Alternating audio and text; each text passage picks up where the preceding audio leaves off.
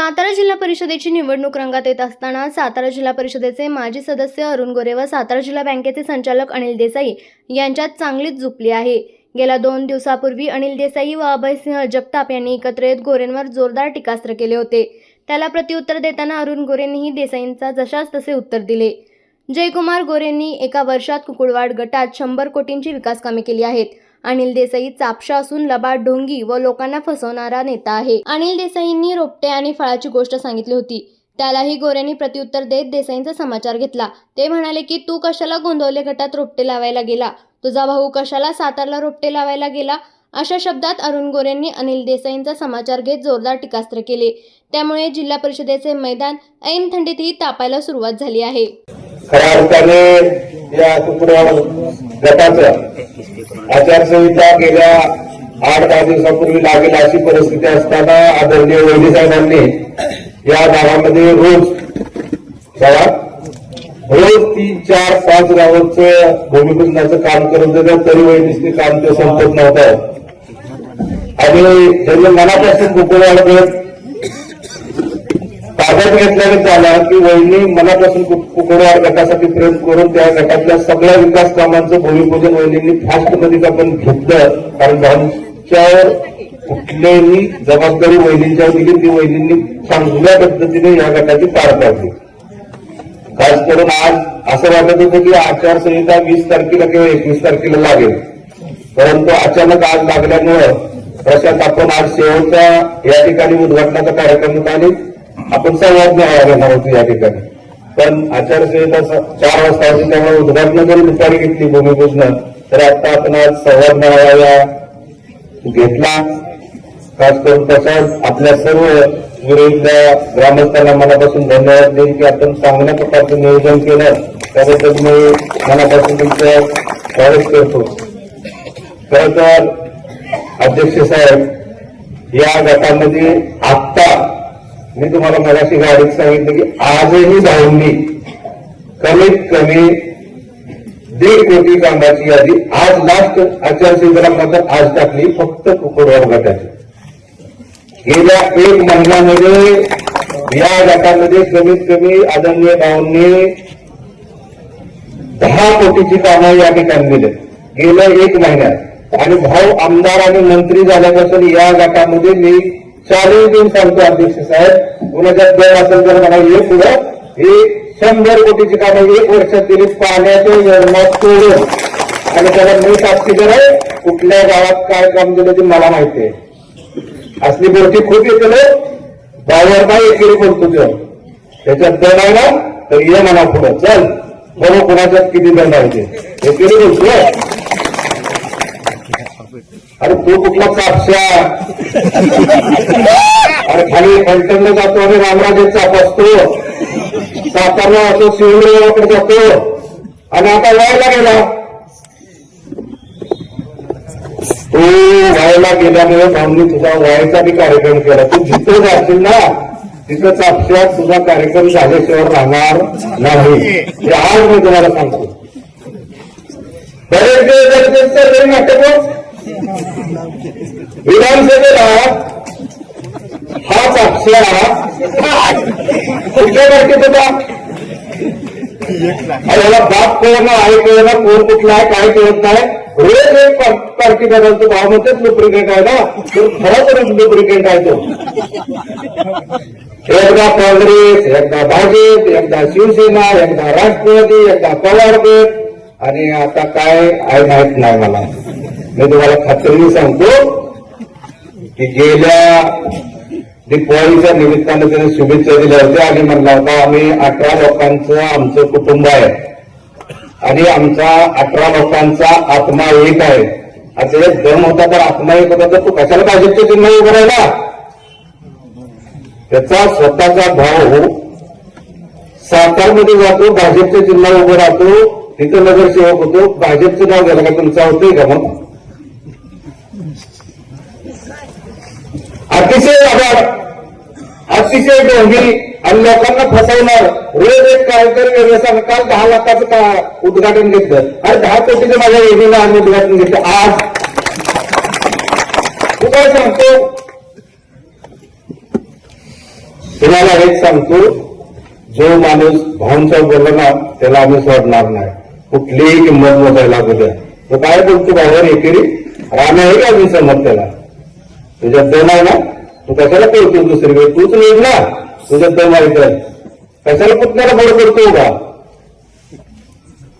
मी तुम्हाला आज सांगतो की तो इतका लबाड आहे ना की आज म्हणणार मी टेंबूचं पाणी आणलं अध्यक्ष, उद्या म्हणणार मी हे आणलं, खासदाराचं नाव लावलं, आमदाराचं नाव लावलं, काही नाही करत. ते दुसऱ्याचं फक्त वाजवायचं, टंक वाजवायचं काम केलं आहे, दुसरं काय नाही. तर जाऊ द्या. तर असे बरेच त्याला हे केलेलं आहे. बँकेत लावतो, कुर्ला नागरिक लावतो, आमच्यात लावतो, आता जेव्हा आपल्या गिरेवर लावतो. म्हणजे बँक ही सर्वसामान्य शेतकऱ्याची आहे, सर्वसामान्य शेतकरी त्या बँकेचा सभासद आहे. अरे तू लय बोलला आमच्या तेवढी बोलला ना, कोरोनाच्या काळात भावावर बोलला. अरे तू स्वतःच्या आईच्या नावावर महाबळेश्वरवाडीच्या काही सांगा सोसायटीमध्ये कर्ज काढून त्याचे जे पैसे मिळवून घेतलं तेव्हा तुझी आई होती. मला एवढं बोलायचं नव्हतं, पण खरं सांगतो तू भावावर खूप बोलला. मराठीच्या काळावरचं दोन्ही खाल्लं म्हणलं ना. तू सांग ना की आई तू नाही घेतलं म्हणून अनुदान. आपण काय बोलतो त्याचं आपलं भान पाहिजे. मला या निमित्तानं प्रशांत अध्यक्ष तुम्हाला एक सांगतो की कुकुडवाड गट हा भावनी पूर्ण लक्ष घातलेला गट आहे आणि या गटामध्ये कुठलंच विकास काम राहणार नाही एवढं मी या निमित्तानं आज सांगतो. भाऊ या राज्याचे मंत्री आणि भाऊ एक फिक्स ठरवलेलं आहे की दरवर्षी या तालुक्याला 500 कोटी निधी हा फक्त रस्त्यासाठी द्यायचा आहे. त्याच्यासाठी आणि तुम्ही 10 लाखाचं घेऊन आले 500 कोटी किती. आणि मी साक्षीदार आहे की आज सांगतो तुम्हाला की नुसत्या मुख्यमंत्री सडक योजनेमध्ये आपण आतापर्यंत 250 कोटीचे रुपये आले. किती आले? 250 कोटी. आणि काल परवा आपण 25-15 हे ते भाऊचं खातं कसं आहे तुम्हाला सांगतो की भाऊ नेहमी वाचल्यात म्हणतात की जन्मापासून मरेपर्यंत लागणारा सर्व निधी हा भाऊंच्याकडे आहे. त्यामुळं जन्मापासून लागणार सगळं काय पैसे लागत. आता तुम्हाला सगळ्या शेतकऱ्यांना माझी विनंती आहे की तुम्हाला अजून माहित नाही की आमदारकीच्या वेळेस भाऊंनी आदरणीय देवेंद्र फडणवीस साहेब हे राज्याचे मुख्यमंत्री असताना आणि वीज मंत्री होते ना वीज खात्यात, त्या ऊर्जा मंत्री असताना 100 DP आपल्या तालुक्यात दिले. त्यानंतर भाऊंनी या वर्षीचा सर्व डीपीडीसीचा निधी हा डीपीसाठी दिला. त्याच्यामध्ये 110 DP आपल्याला मंजूर झाले. आणि अध्यक्ष साहेब लोकांची काय डीपी हा विषय म्हटला नव्हता. तर बघा नशीब आपलं चांगला हनुमानाच्या साक्षीने सांगतो की आज सांगतो की भाऊंनी आज आणि ह्या 10 दिवसात कमीत कमी 70 डीपीला मंजुरी दिली. 25-15 कधी हे माहित नव्हतं कोणाला कधी. म्हणजे आज खात्री सांगतो ज्या गावाला डीपी पाहिजे ना त्या गावाला यायचं गावठी मला डीपी पाहिजे त्या मिनिटाला तुम्हाला ते डीपी देणार एवढं मी खात्री सांगतो. काही काळजी करू नका तुम्ही कुठलाही निधी मागा. मला बी शंका वाटत होती मी डीपी म्हणले की मी थोडंसं माघार घ्यायचं आणि ती बसणार नाही मी खोटं बोलत नाही. ते खरंच माझं हनुमानाचं पद सांगतो की मी खोटं नाही बोलत. राजकारण काय व्हायचं ते होत एखादा नाराज व्हायला चालेल पण मी खोटं नाही बोलत. पण भाऊंनी मला सांगितलं आपल्याला 25-15 डीपी द्यायचे आणि 70 डीपी ह्या 5 ते 6 दिवसात दिले. त्यामध्ये अध्यक्ष साहेब कुकुडवाड गटाचे 12-13 डीपी आहेत आत्ता देणार. त्या विकासाची चिंता सोडा तुम्ही. उमेदवार कोण आहे हा विषय सोडा. उमेदवार हा भारतीय जनता पार्टीचा आदरणीय भाऊंचा आणि कमळ चिन्हाचा असेल एवढंच मी या निमित्तानं तुम्हाला सांगतो.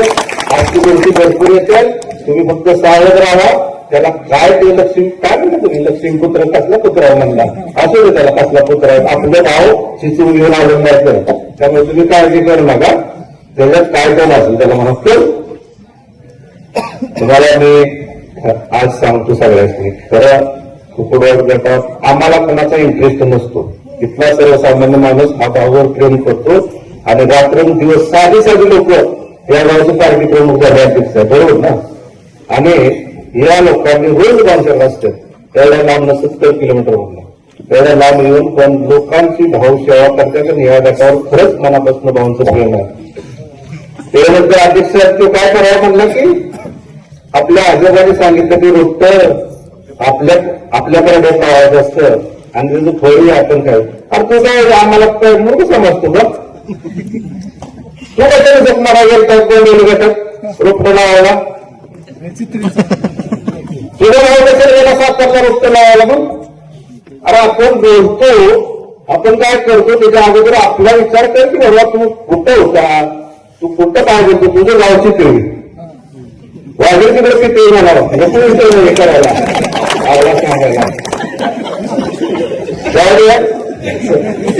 आज काय जास्त घेत नाही विषय बघू आपण तुम्ही दिसून घेऊ नका. आता वैद्यला आज काय झालं काय माहित नाही पण मी नाही गरज केलं तुम्हाला माझं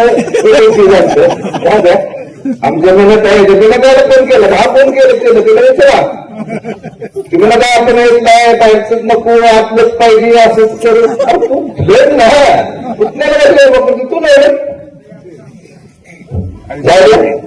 असं मी तुम्हाला एकच सांगतो की अतिशय चांगला प्रशासनाचा गटाचा कार्यक्रम घेतला. इलेक्शन लागले, आचारसंहिता लागली. येणाऱ्या 5 तारखेला मतदान आहे. बऱ्याच लोकांचं या भागातलं कुलदैवत आणि हे आपले मायासाठी आणि बरेच लोकांचे यात्रेचा दिवसच 5 तारखेचा आहे. पण मी सगळ्यांना विनंती करतो की 3-4 तारखेला सगळ्यांनी जावा, यात्रा करा. देवी आपली नवसाची देवी आहे, सगळ्यांना पावणारी देवी आहे. तुम्ही जावा पण 5 तारखेला मतदानाला सगळ्यांनी हजर राहायचं. सगळ्यांनी जागृत राहावा. पुढची पार्टी काय करेल गोड बोलून फोन करेल फोनवर जे आहे सत्य त्याला प्रत्येकाला फोन करतो. भास्करचे कसं काय चालले हो बदलता कसं काय. अरे हे काय रोज फोन फोन फोन फक्त एवढंच आहे. एवढे दिवस किती दिवस आहे 5 तारखेपर्यंत. परत ते फोन नसतो काय नसतं ते डायरेक्ट सातारा इकडे बरोबर. तर आपण सगळ्यांनी सावध राहा. आम्हाला प्रशासनाने आपण या ठिकाणी बोलवलं, आमचा यशस्वी तसा सन्मान केला त्याबद्दल मी तुमचं सहयोगाचे मनापासून आभार मानतो. आणि आम्हाला आपल्या तालुक्यातील जिल्ह्यातील बातम्या सर्वप्रथम पाहण्यासाठी आजच सातारा न्यूजला YouTube चॅनलवर सबस्क्राईब करा, लाईक करा, शेअर करा आणि बेल आयकॉन प्रेस करायला विसरू नका.